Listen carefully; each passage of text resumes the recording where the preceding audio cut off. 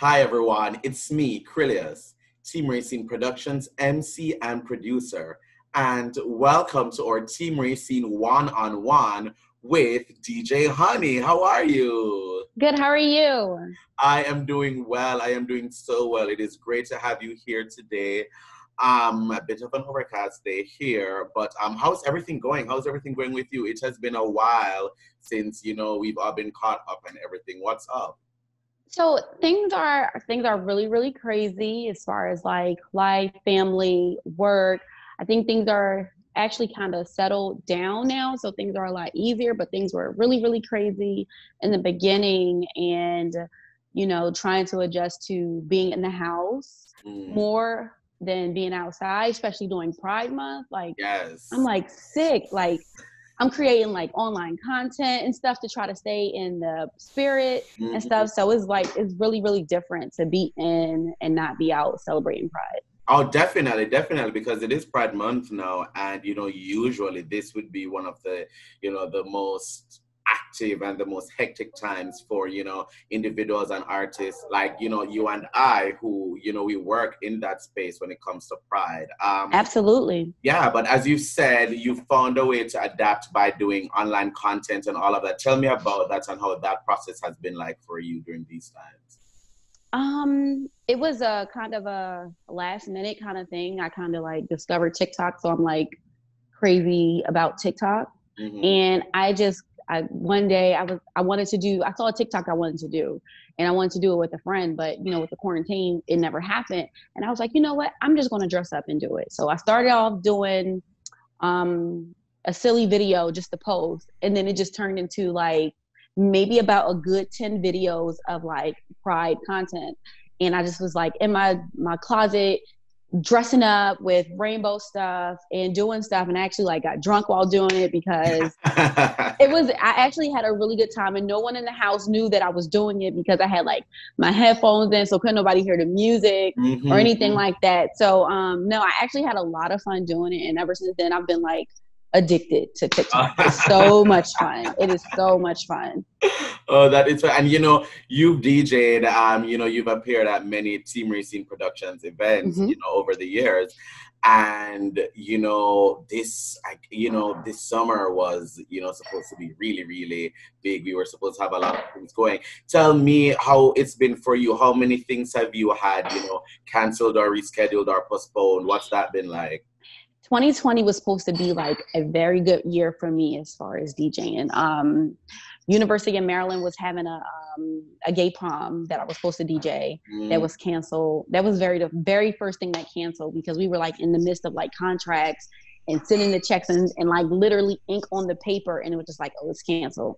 So that really sucked. I had a lot of stuff going on for DC Black Pride. And then the month of June, I was supposed to be in Chicago for Pride. Oh, wow. Yes, I was supposed to be in Chicago for Pride. I connected with some people that I met through This Free Life to let me do like some drag shows and stuff like that. And then I had another promoter that I was supposed to work with. So I was actually pretty much like how I pretty much bouncing between, black and white parties, you know what I'm saying? And it was supposed to be epic. The parts that hurt the most, I was supposed to be on Toronto's Pride in Canada this year. And I had got my artist package. They were setting up my hotel, everything. All my friends, we were going to drive to Canada and have a good time for a festival. And then the quarantine happened. Oh, wow. And it kind of just halted a lot of things. Like I was supposed to be in Annapolis Pride this year because I don't know if you know, last year was their first ever Pride. Oh, yes. And I was supposed to go back to Annapolis this year. So, June really hurt my soul. So I'm just like, and people know, like, I'm into Pride. Like, I love Pride. I have a great time DJing for Pride. And, yeah, it hurt my heart because I really wanted to go to Canada. I can just imagine. Well, let our audience know a little bit more about yourself and, you're a DJ. Tell us how you got into that and, give us a story. Give us that story. I started DJing when I was 17. I met a producer from Baltimore I made like a I made a MySpace page making beats. And he was like, I hear the sound that you're trying to do. I can show you some things. And he showed me how to produce. In hindsight, I didn't know he was also a DJ. And at the time, my last boyfriend, he was a DJ, but my boyfriend wouldn't take me seriously. And I would tell him to teach me. He's like, no, I'm not teaching you. So when DJ Samir from Baltimore, I was like, hey, can you teach me? My boyfriend won't teach me. And he was like, you won't teach me? And he was like, yeah, I'll show you. And he like showed me how to do it. And from there, what happened was, because I was also like an active club goer, like I was always in the clubs dancing and having a good time. I never wanted to be the DJ that everybody would look back at and be like, what the hell did she just play? So I was you know that DJ, right? Yes, it's like, girl, what are you playing? Girl, yeah. what are you doing? I never wanted to be that DJ. So I actually took a long time before I started DJing. Now, what happened was, a lot of people that I knew that were starting like me actually started to like take off. And I got upset. Over the years, I got upset. I'm just like, that's supposed to be me. And then one day, I was getting out of like a really rough breakup. Maybe about like 5 years later, I was getting out of a really rough breakup. I was living in a room.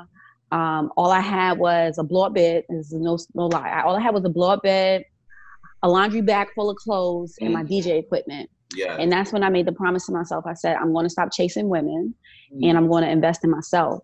And from there, it just literally like, it just took off. Yeah. And that was 2011. Wow. So that's pretty much how I got started. And yeah. And so now that you're doing TikTok and, you know, online content and stuff like that during this time, you know, let our audience know how they can follow you, keep up with you, see all your content, download stuff if they can, like plug everything here. Okay, cool. So, naturally, for bookings, I have a website. It's honeythedj.com. On all social media platforms, it is DJ Honey 215. 215 being that I'm from Philly, so that's the air code for Philadelphia. So on all platforms, whether it's TikTok, Instagram, Twitter, everything is all DJ Honey 215. DJ Honey 215. There we go. Well, you know, it's always great seeing you, and thanks so much for joining me today, DJ Honey. It's been such a pleasure. Thank you so much. Thank you. And to our viewers out there, thank you for watching.